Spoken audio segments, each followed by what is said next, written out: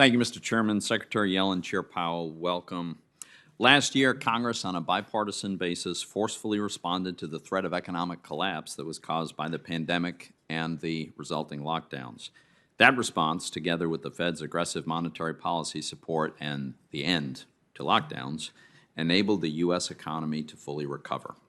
Our economy today is not only larger than it was before the pandemic, but we're now running above the pre-pandemic GDP forecasts for this year. Unfortunately, our Democratic colleagues are trying to ram through a reckless tax and spending bill that will threaten this economic growth.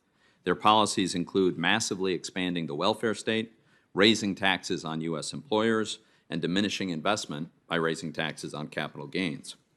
Now, let's be clear about the purpose behind these proposals. It's not to spur economic recovery. The economy is strong. Nor is it an anti-poverty plan. The programs are not limited to the poor. It is to redefine the relationship between the federal government and the middle class. It's about socializing many ordinary responsibilities that families have always assumed.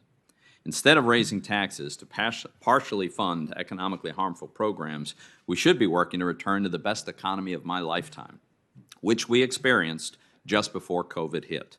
We had the lowest unemployment rate in 50 years, including record low unemployment rates for Black and Hispanic Americans. Real median household income was at an all-time high, and strong wage growth above the rate of inflation was particularly powerful for the lowest income earners. This was all achieved by reforming the tax code, lowering tax rates, and lightening the regulatory burdens, and now our Democratic colleagues are proposing to reverse all of these successful policies. The Fed has a clear and narrow mandates to conduct monetary policy that promotes stable prices, maximum employment, and moderate long-term interest rates, and also to conduct banking supervision and maintain an efficient payment system. It's therefore concerning to see the Fed, especially its regional banks, wade into politically charged areas like global warming and racial justice. These efforts undermine the Fed's independence and distract from the Fed's actual responsibilities like controlling inflation.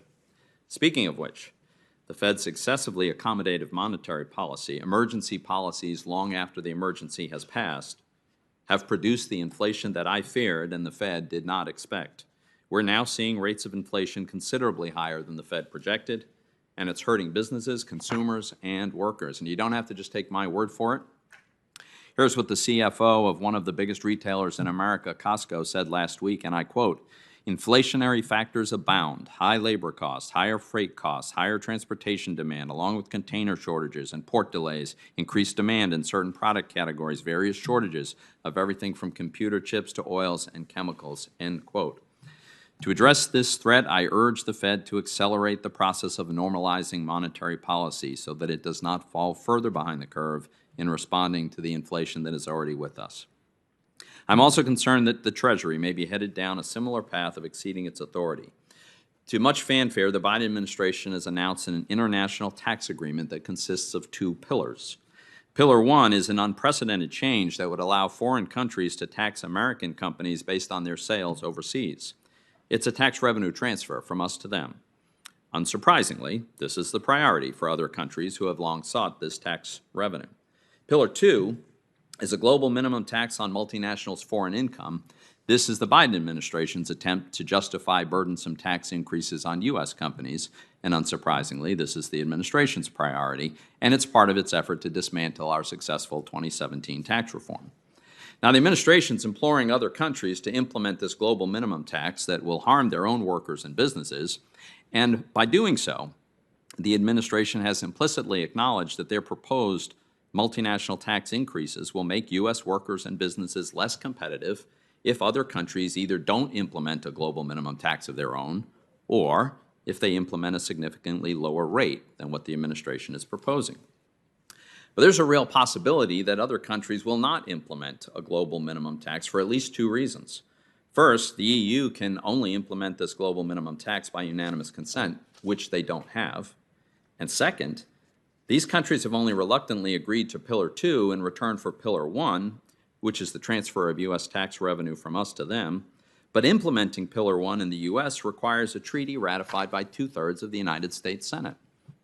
I think that's unlikely to happen.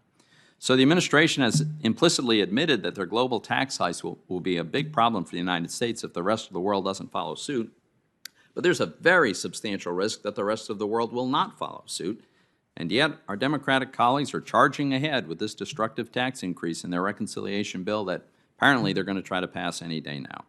There's a lot to talk about this morning. Secretary Yellen and Chairman Powell, I look forward to discussing these and other issues with you today.